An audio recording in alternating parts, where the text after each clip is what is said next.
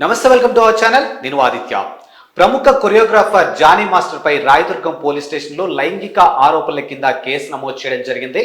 మరి ఈ అంశం గురించి డిస్కస్ చేయడానికి ప్రస్తుతానికి మనతో పాటు స్టూడియోలో ఉన్నారు ప్రముఖ సినీ క్రిటిక్ యజ్ఞమూర్తి గారు. సార్ని అడిగి మరిన్ని విషయాలు తెలుసుకుందాం. సార్ నమస్కారం. సార్ నమస్తే ఆదిత్య. సో తెలుగులో ఉన్నటువంటి కొరియోగ్రాఫర్లో జానీ మాస్టర్ కంటూ ప్రత్యేకమైన గుర్తింపు ఉన్న సంగతి మనందరికీ తెలిసిందే. మరి ఇప్పుడు ఆయన పైన రాయదుర్గం పిఎస్లో లైంగిక ఆరోపణల కింద కేసు నమోదు చేయడం జరిగింది. అది కూడా ఒక లేడీ కొరియోగ్రాఫర్ కంప్లైంట్ చేసినట్టు ఒక వార్త అయితే వినిపిస్తుంది.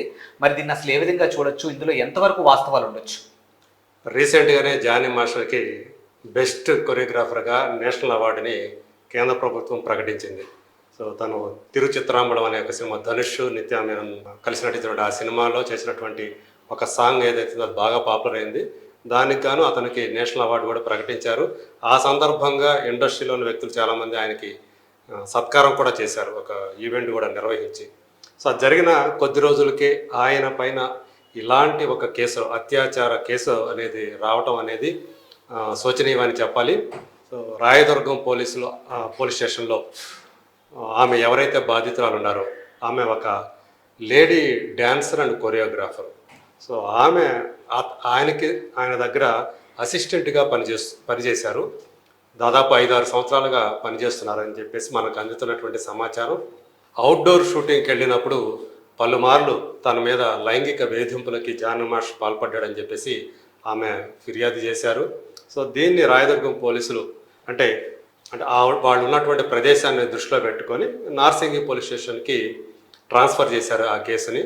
సో అత్యాచారంతో పాటు ఆమెని బెదిరించినట్లుగా అలాంటి 3 సెక్షన్ల కింద వాళ్ళు ఎఫ్ఐఆర్ నమోదు చేశారు పోలీసులు. సో జానీ మాస్టర్ వివాదాల్లోకి చిక్కుకోవడం అనేది ఇదే ఫస్ట్ టైం కాదు. సో గత జూన్లోనే చూసినట్లయితే రీసెంట్గానే ఆయనతోటి ఒక డ్యాన్సర్ అనేటువంటి, ఒక సీనియర్ డ్యాన్సర్ అనేటువంటి సతీష్ అని ఆయన తనను వేధిస్తున్నాడు. తనకు పని ఇవ్వకుండా, ఎవరైనా తనకు పని ఇస్తే వేరే కొరియోగ్రాఫర్లు పని ఇచ్చినప్పుడు కూడా వాళ్ళకి ఫోన్లు చేసి మరీ తనకి పని ఆపేస్తున్నారు.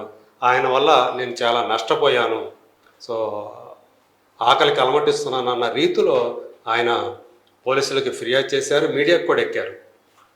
సో గతంలో కూడా అట్లాగే ఇదే సందర్భంలో 2019లో ఒక సినిమా షూటింగ్లో జరిగినటువంటి ఒక ఇన్సిడెంట్. సో అక్కడ ఆయన బిహేవియర్ పైన అక్కడ ఆయన కేసు, అక్కడ వాళ్ళు ఆయన పైన ఒక లేడీ పట్ల ఆయన అనుచితంగా ప్రవర్తించారని అప్పట్లో కూడా ఆరోపణలు వచ్చాయి.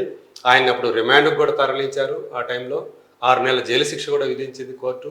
సో ఇలాంటి వివాదాల్లో చిక్కుకుంటూ వస్తున్నటువంటి జానీ మాస్టర్ సో ఇప్పుడు ఇలాంటి తన కిందే పనిచేస్తున్నటువంటి ఒక కొరియోగ్రాఫర్, లేడీ కొరియోగ్రాఫర్ ఆమె చేత ఇలా కేసు అనేది, అత్యాచార కేసుకి గురవడం అనేది చాలా ఒక రకంగా చెప్పాలంటే ఇండస్ట్రీలో ఒక సంచలనంగా మారిందని చెప్పుకోవాలి.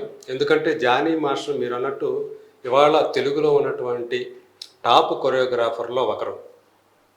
కొంతమంది దీనికి రాజకీయ రంగు పులిమి, ఆయన పలానా పార్టీకి స్టార్ క్యాంపర్ ఇవన్నీ కూడా చెప్తున్నారు కానీ బట్ దీన్ని మనం రాజకీయాల నుంచి విడదీసి చూడాలి.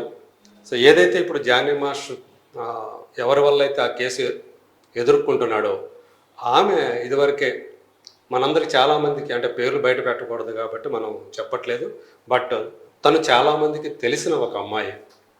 సో మంచి గ్లామరస్గా ఉండే అమ్మాయి. ఢీ అనే ఒక ఏదైతే డ్యాన్స్ షో ఉందో అందులో పార్టిసిపేట్ చేసి కంటెస్టెంట్గా విన్నర్గా నిలిచిన ఒక అమ్మాయి.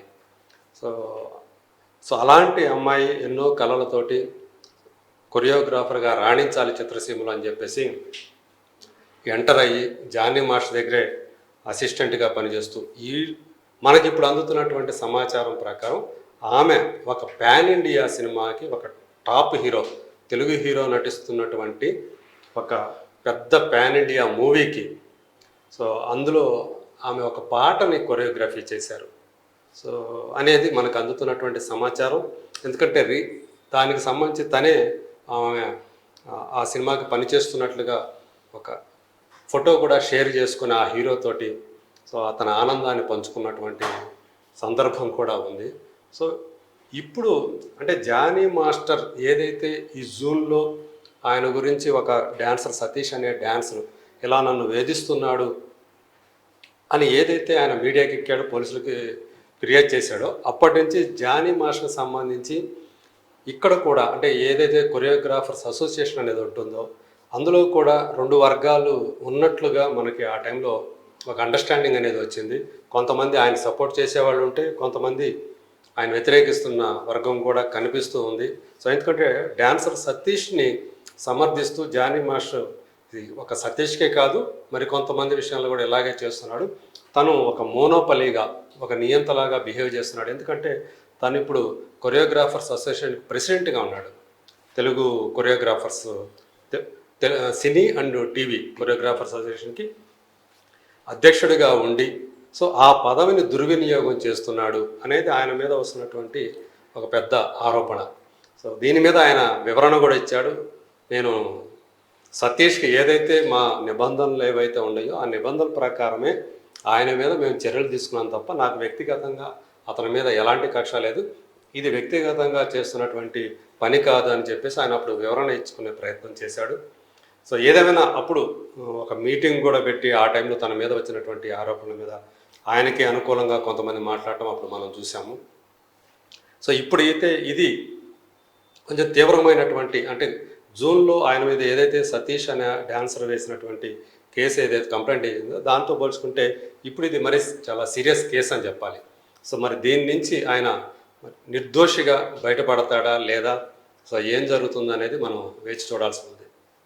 అంటే సినీ ఇండస్ట్రీ అనగానే చాలా మందికి ఉన్నటువంటి అపోహ అనొచ్చు, లేకపోతే ఇలాంటి చూసినప్పుడు అప్కమింగ్ వాళ్ళు ఎవరైతే ఉన్నారో నాట్ ఓన్లీ డాన్సర్స్ అండి, సీనియర్ యాక్టర్స్ అవ్వచ్చు, లేకపోతే ఇలాంటి ఆరోపణలు మనం చాలానే చూసాం. మరి అసలు ఇలాంటి ఆరోపణలు ఎందుకు వస్తున్నాయి అంటారు ఎక్కువగా అసలు బయటకి? అంటే మనం మలయాళంకి సంబంధించిన ఒక అంశం కూడా చూసాం ఇటీవల కాలంలో. అంటే ప్రజెంట్ ఏదైతే ఒక సినారియో ఉందో అంటే జస్టిస్ హేమ కమిటీ నివేదిక అనేది ఏదైతే వచ్చిందో ఆ తర్వాత చాలామంది చిత్రసీమకు సంబంధించినటువంటి సెలబ్రిటీలు చాలామంది అది కూడా మహిళలు సో బయటకు వచ్చి తమ మీద గతంలో జరిగినటువంటి ఏవైతే లైంగిక వేధింపులు ఉన్నాయో సో వాటికి సంబంధించి అంటే కాస్టింగ్ కౌచ్ అనేది అంటున్నాము దానికి సంబంధించి మాట్లాడుతూ వస్తున్నారు. ఎస్. సో అది అన్ని ఒక కేవలం మలయాళ చిత్రసీమకు సంబంధించినటువంటి వ్యవహారం మాత్రమే కాదు, అది ఎక్కడ అన్ని చోట్ల ఉన్నటువంటి వ్యవహారమే. సో అన్ని భాషల చిత్రసీమలు కేవలం అంటే ఇది ఫిల్మ్ ఇండస్ట్రీకే పరిమితం చేయాల్సినటువంటి విషయం కాదు. అత్యాచారం అనేవి అన్ని చోట్ల అన్ని రంగాల్లో జరుగుతూనే ఉన్నాయి. కాకపోతే చాలామంది అది పరువు ప్రతిష్టలకు సంబంధించిన అంశంగా భావించి ఆడవాళ్ళు బయటకు పట్టడానికి ముందుకు రావట్లేదు అనేది ఎప్పటి నుంచో మనకు తెలిసినటువంటి ఒక విషయం అది. సో సోషల్ స్టిగ్మా అంటారు దాన్ని సో అలాంటి ఒక అంటే సామాజికంగా మనం దూరం అయిపోతామేమో, అందరికి దూరం పెట్టేస్తారేమో ఒక అభిప్రాయంతో చాలామంది బయటపడరు. సో ఇప్పుడు ఈ అమ్మాయి ఏదైతే ఉందో ఈ లేడీ కొరియోగ్రాఫర్ అండ్ డాన్సర్ తను సో మొత్తానికి అంటే ఒక స్టేజ్కి వచ్చేసి అంటే తను ఆ విధంగా వేధింపులు గురి చేస్తున్నాడేమో మనకు తెలియదు కానీ బట్ తను ఒక ఆరోపణలు అయితే చేసింది. జానీ మాస్టర్ నా మీద ఇలాంటి అంటే లైంగిక వేధింపులు పడ్డాడు, అత్యాచారం కూడా చేశాడని కూడా కేసు అందులో పెట్టాడు. అందుకనే 3 సెక్షన్లు అత్యాచారం కేసు కూడా ఈ ఎఫ్ఐఆర్లో పోలీసులు నమోదు చేయడం జరిగింది. సో పోలీసులు ఇప్పుడు ఏంది వాళ్ళ విచారణలో ఏం తేలుతుంది, జానీ మాస్టర్ మరి ఇక్కడ దోష నిర్దోష ఇవన్నీ కూడా దర్యాప్తులో విచారణలో తేలాల్సినటువంటి అంశాలు.